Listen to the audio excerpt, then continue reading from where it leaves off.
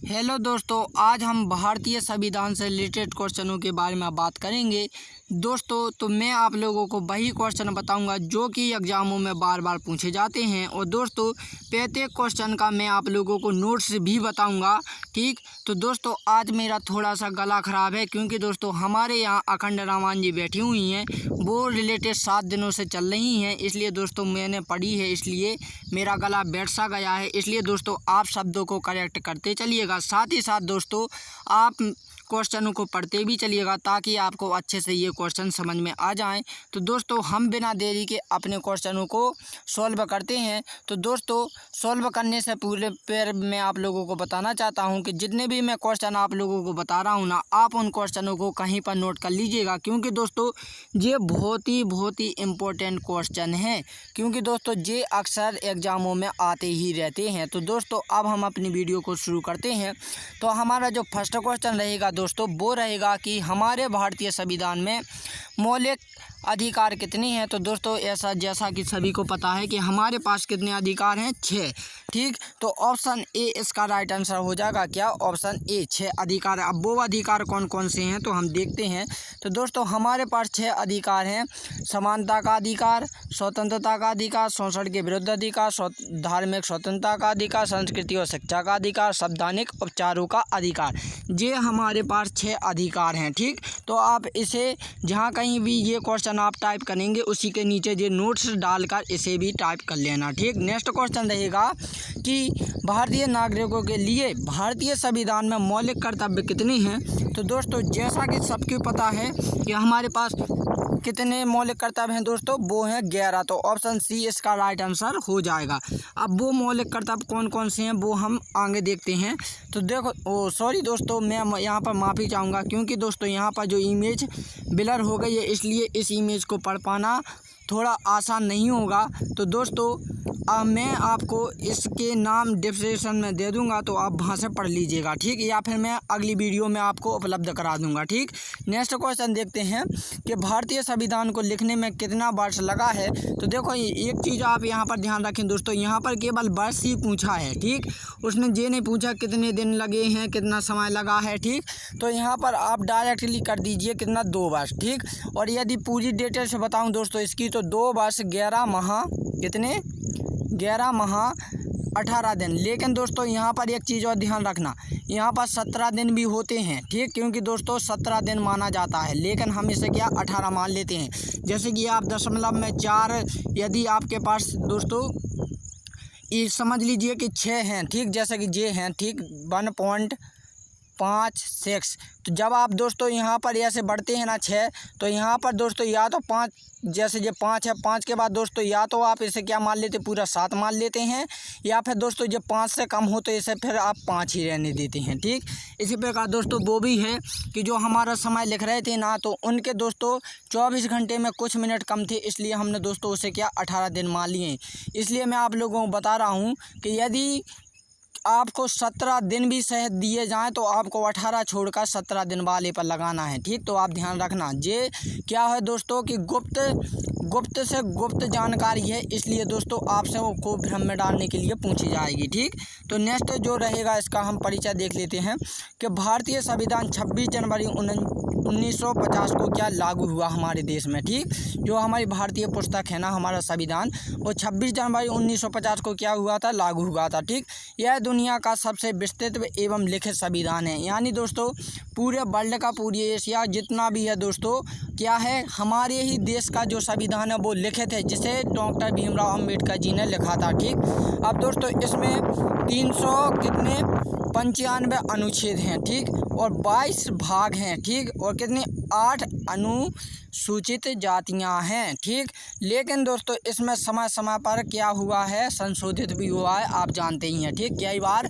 इन संविधान जो पुस्तक है उसमें क्या हुआ दोस्तों, परिवर्तन भी हुआ है। ठीक, नेक्स्ट क्वेश्चन देखते हैं कि भारतीय संविधान में निहित मौलिक अधिकारों की अवधारणा किस देश के संविधान से ग्रहण की गई है। ये वेरी इंपॉर्टेंट क्वेश्चन है दोस्तों, कई बार पूछा जा चुका है। तो वो ऑप्शन ए, संयुक्त राष्ट्र अमेरिका से। ठीक, अब देखो दोस्तों इसकी डिटेल से पढ़ते हैं कि भारतीय संविधान में मौलिक अधिकारों का विचार अमेरिका संविधान से लिया गया है। भारतीय संविधान के भाग 3 में निहित मूल अधिकार अमेरिका के अधिकार के समान हैं। इन अधिकारों को दोस्तों प्राकृतिक और अपरिहार्य अधिकार भी कहा जाता है। अब यदि दोस्तों आपसे ये क्वेश्चन पूछा जाए कि मौलिक अधिकार को संविधान जो पुस्तक है उसको किस भाग में वर्णन दिया गया है, तो आपको भाग का पता होना चाहिए। भाग कितने? 3 में। भाग 3 में मौलिक अधिकारों का सचित्र वर्णन किया गया है। ठीक, अब यहाँ से ये क्वेश्चन और बनेगा आपका कि जो मौलिक अधिकार हैं इसके 2 अन्य नाम बताइए। तो दोस्तों एक प्राकृतिक अधिकार और दूसरा कौन सा है? अपरिहार्य अधिकार। इन 2 नामों से भी हम मौलिक अधिकारों को जानते हैं। ठीक, नेक्स्ट क्वेश्चन रहेगा दोस्तों। जितने भी दोस्तों मुझे नोट्स बाद में बता रहा हूं, तो आप दोस्तों जब भी या कहीं पर भी जो क्वेश्चन टाइप कर रहे हैं उसी के जस्ट नीचे इस नोट्स को डालिएगा, वरना आप भूल जाएंगे। ठीक, क्योंकि दोस्तों मैंने बड़ी मेहनत से ये नोट्स प्राप्त किए हैं। ठीक, तो दोस्तों अगला क्वेश्चन रहेगा कि संविधान सभा के समक्ष संविधान की प्रस्तावना किसने प्रस्तुत की है? दोस्तों ये भी इम्पोर्टेंट है, लगभग 8 बार पूछा जा चुका है। ठीक, तो वो किसने की है? जवाहरलाल नेहरू ने। अब दोस्तों ये पूछा जाएगा आपसे कि संविधान सभा की जो बैठक हुई थी वो किस बैठक में? तो 30वीं बैठक में। ठीक, जो हुई थी 1946 में। ठीक, अब यहाँ पर डिटेल से पढ़ते हैं। भारतीय संविधान की 30वीं बैठक 13 दिसंबर 1946। अब दोस्तों आपको जो बैठक है भारतीय संविधान की वो भी आपको याद रखनी है, उसकी डेट कब हुई थी जो लागू? तो भारतीय संविधान की 30वीं बैठक में। ठीक, कब? 30वीं बैठक में। ठीक, 13 दिसंबर 1946 को हुई थी। कब हुई थी? 1946 को। ठीक, को हुई थी। इस दिन जवाहरलाल नेहरू द्वारा संविधान सभा के समक्ष संविधान की प्रस्तावना या उद्देश्य का प्रस्ताव प्रस्तुत किया था। यानी दोस्तों जो हमारे यहाँ राजनेता हैं उस समय तो हमारे जी थे, कौन थे?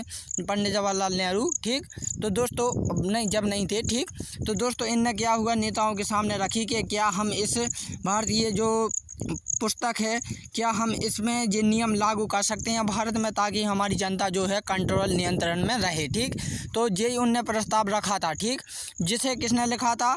भीमराव अंबेडकर जी ने वो पुस्तक लिखी थी, लेकिन दोस्तों किसने? पंडित जवाहरलाल नेहरू जी ने क्या उसका प्रस्ताव रखा था। ठीक, तो उद्देश्य प्रस्ताव के प्रारूप भारतीय भावी प्रसन्नता संपन्न लोकतंत्र गणराज्य की रूपरेखा प्रस्तुत की गई थी। इस वास्तविक प्रस्ताव में एक संसदीय राज व्यवस्था की परिकल्पना की गई थी, जिससे सभी लोगों के लिए सामाजिक, आर्थिक, राजनीतिक न्याय आदि सुनिश्चित कर सके। इस प्रस्तावना को अब संविधान सभा द्वारा 22 जनवरी 1947 को क्या इसे स्वीकार किया गया था? ठीक, कब किया गया था? 22 जनवरी 1947 को इसे स्वीकार किया गया था। ये डेट आपको याद रखनी है इसमें। ठीक, आपको 2 डेट याद रखनी है यहाँ पर।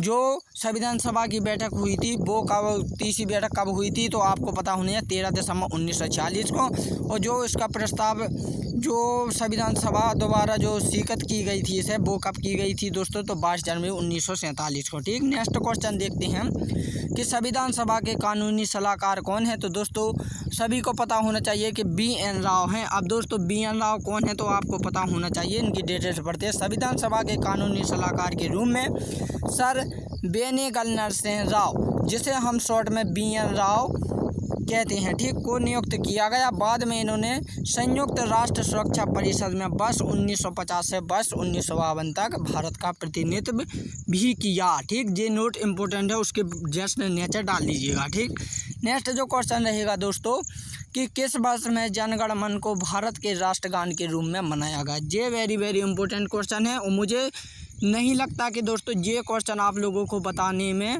मुझे बिल्कुल भी संकोच है, या फिर दोस्तों ये क्वेश्चन आप लोगों को नहीं आता हो। ठीक, ये क्वेश्चन दोस्तों आप हर पल गाते भी हैं, हर दिन गाते, स्कूलों में जाते होंगे तो हर दिन गाते भी होंगे, आपको पता भी होगा ये किसने लिखा है, कब लागू हुआ था, कब क्या हुआ था। ठीक, तो दोस्तों ये हुआ था 1950 में। ठीक, सभी को पता होना चाहिए। इसे किसने लिखा था? रविन्द्रनाथ टैगोर जी ने। ठीक, दोस्तों ये कितने सन में लिखा था? ये 1911 में लिखा गया था। ठीक, जब जाके 1950 में भारतीय राष्ट्रीय संविधान में क्या इसे लागू किया गया था। ठीक, लेकिन लिखा कब गया था? 1991 में, 1911 में। ठीक, किसने लिखा था? रविन्द्रनाथ टैगोर जी ने। ठीक, तो इनका हम डिटेल से पढ़ते हैं। तो दोस्तों जनगण मन की रचना रविन्द्रनाथ टैगोर द्वारा वर्ष 1911 में की गई थी। देखो मैंने कहा था ना, वर्ष 1911 में की गई थी इसे। ठीक, इसे संविधान सभा द्वारा राष्ट्रगान के रूप में 22 जनवरी 1950 को अपनाया गया। आपको पूरी डेट याद करनी है। 22 जनवरी 1950 को राष्ट्रीय गान रखा गया। ठीक, राष्ट्रगान के गायन का समय कितना होता है? 52 सेकंड होता है, सभी जानते हैं। जनगण मन को पहली बार वर्ष 1911 में भारतीय राष्ट्रीय कांग्रेस के कलकत्ता अधिवेशन में गाया गया, जिसकी अध्यक्षता विशन नारायण धन ने ली थी। ठीक, अब दोस्तों ये हमारे इंपॉर्टेंट क्वेश्चन है, यहाँ से आपको इसका नाम रखना है, वर्ष भी रखना है। ठीक, अब ये कब लागू हुआ था ये भी रखना है। ठीक, और ये कितने सेकंड का होता है ये भी रखना है। और सर्वप्रथम किस सन में गाया गया था? तो 1911 में गाया गया था, ये भी आपको याद रखना है। ठीक, तो दोस्तों और जिसकी अध्यक्षता किसने ली थी तो आपको उसका नाम भी रखना है, विशन नारायण ने। ठीक, और दोस्तों जो हमारा जो गान है ना जनगण मन का, वो क्या है? भारत का राष्ट्रीय गान है। ये भी इम्पोर्टेंट क्वेश्चन है, तो यहाँ पर ये भी आप याद रखना। ठीक, नेक्स्ट क्वेश्चन, तो हम भारत के लोग हैं शब्दों का प्रयोग संविधान के कहाँ किया गया है? ठीक, ये भी इम्पोर्टेंट क्वेश्चन है, तो वो किया गया संविधान की प्रस्तावना में। ठीक, आप डिटेल से पढ़ते हैं। तो भारतीय संविधान की प्रस्तावना का प्रारंभ हम भारत के लोग हैं शब्दों से प्रारंभ होता है। इसका अर्थ है कि संविधान का मूल स्रोत भारत की जनता है। ठीक, तथा वही समस्त शक्तियों का केंद्र का बिंदु है और वह किसी विरासत्ता के अधीन नहीं है। ये उसके जस्ट नीचे डाल लीजिएगा जहां आप ये क्वेश्चन टाइप करेंगे। ठीक, नेक्स्ट जो क्वेश्चन रहेगा कि भारतीय संविधान हमारे राष्ट्र का उल्लेख किन नामों द्वारा किया गया है? ठीक, तो दोस्तों आपको सभी को पता होगा कि हमारे भारत के कितने नाम हैं। देखो दोस्तों, मैं आपको एक अच्छी चीज़ बताता हूँ, सबसे मज़ेदार चीज़ है और सबसे ज़ोरदार भी है, किसी को बुरी भी लग सकती है और किसी को नहीं। लेकिन दोस्तों सच बात तो ये है कि केवल से केवल आज की जनरेशन दो नाम ही रखती है, एक रखती है भारत, दूसरा रखती है इंडिया। लेकिन दोस्तों 80-90% लोग किसे इंडिया रखते हैं नाम, ठीक, हमारे देश को।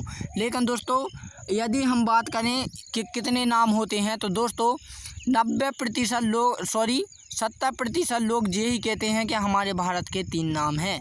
लेकिन दोस्तों बाकी के जो 30% लोग हैं वो कहते हैं 4। तो दोस्तों अब मैं आप लोगों को बता दूं, जो 30% लोग कह रहे हैं ना कि 4 होते हैं, तो हमारे भारत के नाम कितने? 4 ही हैं।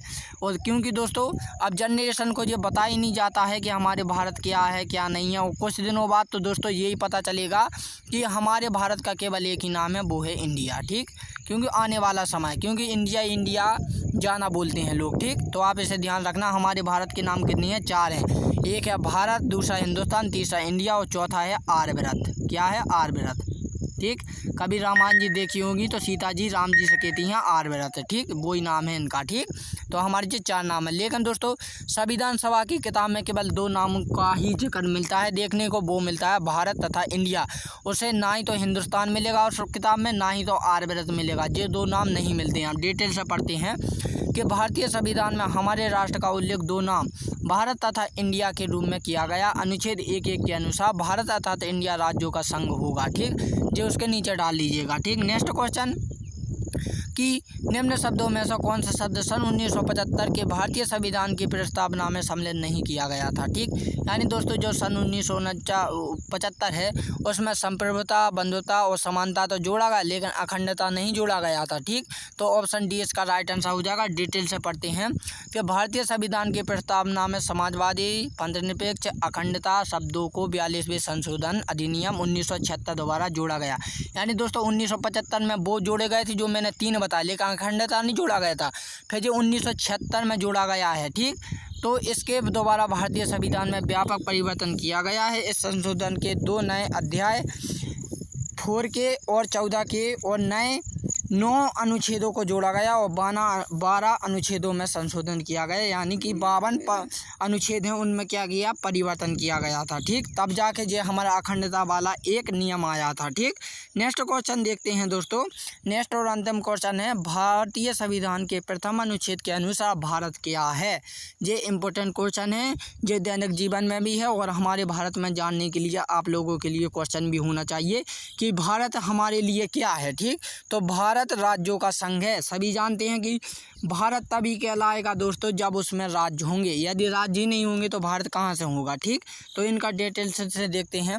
भारतीय संविधान के भाग 1 के अंतर्गत अनुच्छेद 1 से लेकर 4 तक संघ और उसके राज्य के क्षेत्र उल्लेख किया गया है। अनुच्छेद 1 के अनुसार भारत अर्थात इंडिया राज्यों का संघ होगा। भारत के राज्य क्षेत्र में राज्य के राज्य क्षेत्र और संघ राज्य के क्षेत्र और ऐसे अन्य राज्य के क्षेत्र होंगे जो अर्जित किए जाएं सम्मानित होगा।